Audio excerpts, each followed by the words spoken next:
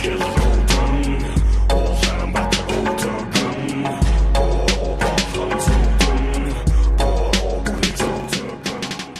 бол хүүхдээ муулах ирэхгүй байхгүй.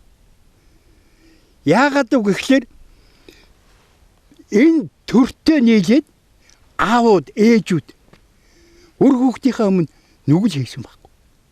Өр хүүхдийнхээ өмнө буруутан байхгүй. Хүүхдийн эрхэл гэж байдаг юм бол бид нар яагаад 6 настай хүүхдээ сургуульд ороход нь миний хүү сургуульд орох уу? Эсвэл гэртээ байх уу гэж асуухгүй хүчээр аваачид тэр аимшигын газар аваачиж бүр хүчээр өгөөд байгаа.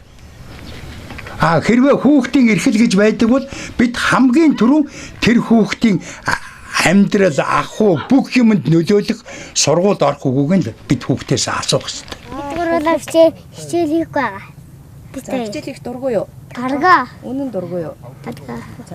Бид нэр хүүхдийн эрх гэж ярьж байгаа юм бол яагаад өнөөдөр Улаанбаатар байх ёстой хэмжээнээс 100 дахин хэтэрчин 200 дахин хэтэрчин хор байж хахад бид тэнд хүүхдийг байлгаад байгаа.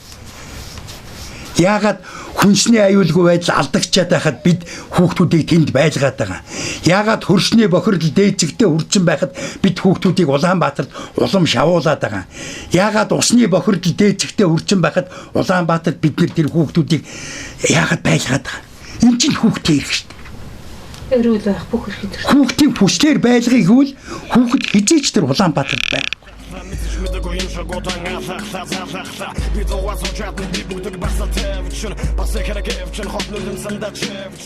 Одоо энэ харалта цэцэг ногоо хаалгасан уул усанд тэгширсэн энэ газар л хүүхэд эрх тааваараа байх ёстой шүү дээ. Одоо ингээд танаа ач нар шиг, зээнэр шиг гэтэл бид нэр хүүхдийн эрх, хүний эрх гэж ярьчаад тэр эрхийг хязгааргүйгээр зөрчичөөд Улаанбаатарт өнөөдөр бид нэр цэцэрлэг сургууль байрна. Яг гэж байгаа. Ахад хордуулах гэж байгаа юм уу? Ахад алах гэж байгаа юм уу? Үүндээ эн чинь бол гэмт хэрэг. Эн чинь геноцид.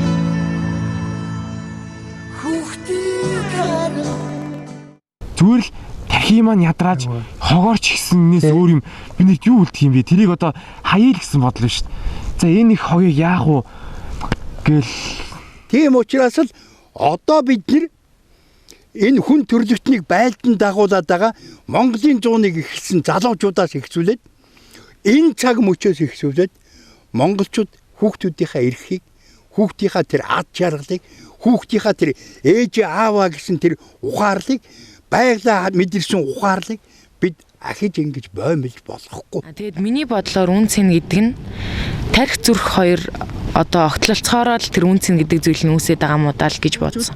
Хувьслыг хизээч настангууд хийж байгаагүй. Хувьсэл гэдэг энэ хүчрхэг юмыг зүгээр махан бие хийдгүй юм байна. Та нарын гадна талд би байгаа тэр аарог бие гэдэг тэр асаж бадарч байгаа, шатаж байгаа тэр юм хувьслыг хийдэг юм байна. Тийм учраас залуучууд хувьсгалыг хийн. Та нар хийн.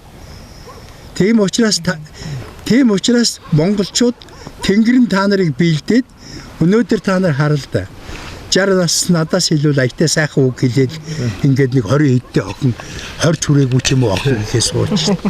Энэ чинь бол та нар хувьсэл хийхэд бэлэн болчихжээ Монголын залуучууд гэдгийг харууллаа. Баяр бид нар эрх чөлөөд хэрэгтэй гэж байгаа юм бол хүүхдийн эрх чөлөө гэж байдаг юм бол ягаад бид 6 настай ээжээс дөнгөж ухаарлаар аав ээж хоёроо хайрлуулж байгаа тэр бяцхан хүүхдийг бид нэр өөрөөс нь асуухгүй сургууль гэдэг шорон. Энд бид нэр аваач. Одоо орчин үе гэдэг шорон нэр нь. Тэр орчин үе гэдэг шоронгийн дарга нь болохоор албан тушаал гэдэг даргатай. Тэгээд тэрний цоож нь юу вэ гэхээр мөнгө гэдэг цоожтой байгаа байхгүй. Ийм л учраас энэ төр бидэнд хэрэггүй. Энэ төрөөс авах юм бидэнд юу ч байхгүй.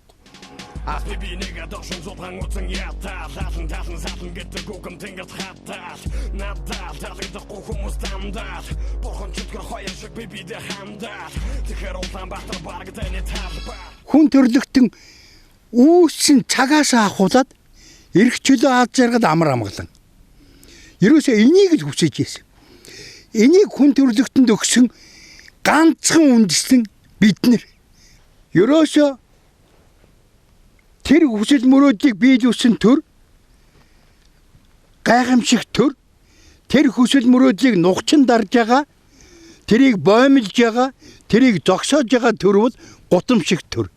Тийм учраас өнөөдрийн энэ Монголын газар шороог, монголчуудыг үндэстнэр нь үртэй болгоныг нь үндэстэй болгоныг нь тасалж байгаа энэ төрийг л бид нэр 13 дугаар зуунд хүн төрлөختөнд амар амгалан ад жаргал өгсөн тэр гайхамшиг төрөөр л солино. юм бэ.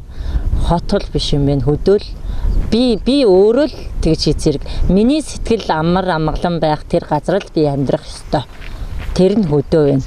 Удахгүй энэ биш юм байна гэж мэдэрч хүмүүс ингээд чамаас ахуулаад танаа нутагдлах гэхэл ямар ч байсан нэлээ олон гарна гэдэг чинь удахгүй монголчууд буцаад л энэ оршихууруугаа ирнэ л дээ. Өөр биднэрт ямар зам байхгүй. Бид нар энэ оршихууруугаа ирэх үедээ хүн төрлөختөн буцаад манай энэ оршихууруу ийм оршихуг сонирхож эндээс л монголчууд хүн төрлөختнийг одоо шин цунд зөв зам руу чиглүүлэх байх л гэж боддог байхгүй. Тийм учраас л хөдөөний энэ сайхан чанарыг энэ сайхан одоо ийм сайхан амьдрал байд юм байна, ийм боломж байдаг юм байна гэдгийг ядаж хотынханд үзүүлэх зорилготой ингэж хөдөг зориод ирж байгаа штэ.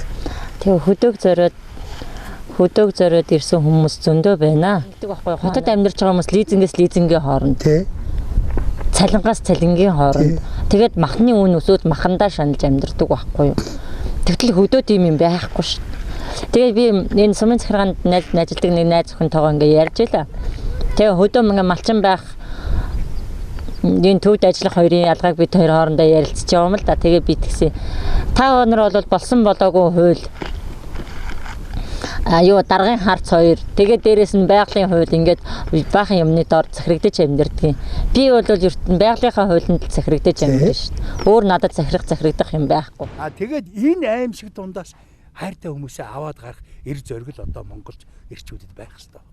Энэ эр зориг л бүх асуудлыг шийдэх юм байна шүү дээ. Энд би чаднаа л гэж бодох юм бол чадахгүй юм гэж хүнд байх. Тэгвэл энэ эр зориг би бүх хайртай бүх хүмүүсээ хамгийн илүү аз жаргалтай байлгана. Тэрний үеигвэл хамгийн цэвэр онгон байгаль хаана вэ? Тэнд би аваад гарч чадна гэдэг энэ зориг чинь бүх асуудлыг шийдэх юм байна. Энэ утаа өнөр энэ өвчин зовлонгийн асуудлыг шийдэх юм байна. Тэр аваар осод энэ асуудлыг шийдэх юм байна. Төгжрөл юмын асуудлыг шийдэх юм байна.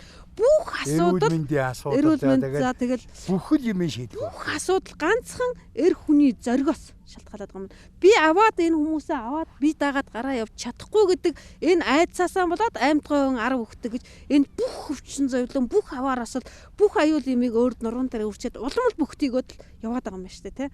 Өөрөө баг мөлхөөл явж байгаа байна. Мөлхөөл элгээрээ мөлхөөл тэр бүх ачааг би ягаад шүү дээ. Би аваад гараад би хүүхдээ бүхнээс илүү сургуультай боловсралтай бүхнээс илүү хүчтэй тэнхээд ийм болгоход эрүүл саруул аваа явчих чадна гэдэг тэр зориг байхгүйгаасаа болоод тэгээд энэ сургуулийн энэ төр миний хүүхдийг сургам ингээд одоо тэр бүхий мөнгөний олохын тулд тэр бүх сургуультай энэ юмных нь мөнгөний олохын тулд элгээрээ мөлхөд эх орныхан байлгийг зөөгөөд зүтгээд шүү дээ, тий.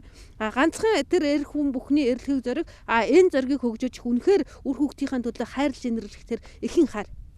Би энэ бүхнийгээ хайртай бүхнийгээ аваад гарсан цагт би хамгийн элбэг хангалуун жаргалаар жаргаж чадна гэдэг тэр эхийн тэр хайр эцгийн тэр зориг хоёр л дутуу. Тэгэл энэ төр бүхнийг төр даатах хэн нэгэн төр гэхлээрээ зэрэг өөрөөсөө булзааруулаад хэн нэгэнд ячаад шүү дээ. Өөрөө хүүхдээ хайрлаж чадахгүй тэр юмнаас аваад гарч чадахгүй байхад тэр хүүний хүүхдийг хэн хайрлаж тэрнээс яах юм бэ, те.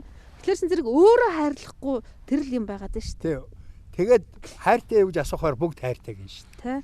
Тэгсээр гэтэл хайрлж гин үг гэхэлэр яагаад энэ утаан дунд, яагаад энэ шороон дунд, яагаад энэ хогин дунд, яагаад энэ төгжрөл дунд, яагаад энэ өвчин зовлон дунд ингэ байлгаад байгаа. Одоо тэгвэл голоороо нөхдөг хүн болго энийг л бодох хэрэгтэй юм байна шүү дээ, тийм үү? Одоо зүгээр магадгүй аав ээж хоёр хоорондоо яриад чи битээр чаднаа. Тэ. Гэхдээ чи битээр энийг жаргаах гэж чи битээр энэ гурваа төрүүлсэн шүү дээ. Энэ хоёроо төрүүлсэн шүү дээ. За боли. Ёстой тэр аглагтаа гарыг. Энэ Монголынхаа уудам сайхныг мэдрий. Эрчим хүчээ авъя гэж гарахад тэгээд асуудалгүй шүү дээ. Энэ баялаг уудам юм байна гэдгийг өөртөө эдэлцэл дараа нь зааж тэр аз жаргалтай хэн хаана аз жаргалтай байна. Тэрнээс суралцгаа тэр аз жаргалаас нь суралцгаж ирнэ шүү дээ. Өөр юу вэ? Хүссэн үшээгүй бид нэр тэр зам руу явна. хүссэн үсээгүй бидний явсны дараа монголчуудыг дагаад хүн төрлөختөн дагна. Энэ бол бараг Тэнгэрийн хууль. Тэнгэрийн хууль. Тийм учраас энэ Тэнгэрийн хууль юм бол энэ биелнэ. А цаг нь бол ирчихсэн.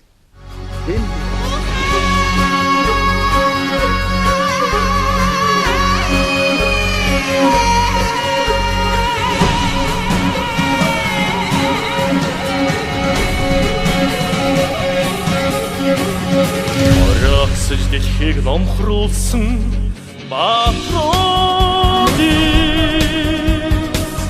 могшгүй домог ясанд минь шархиран байгаа.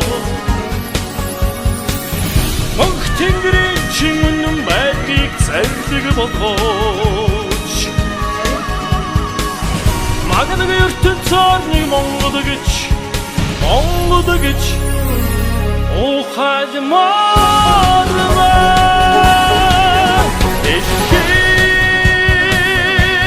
чи сонсоо Тэнгэрийн монголчууд угаалцгаа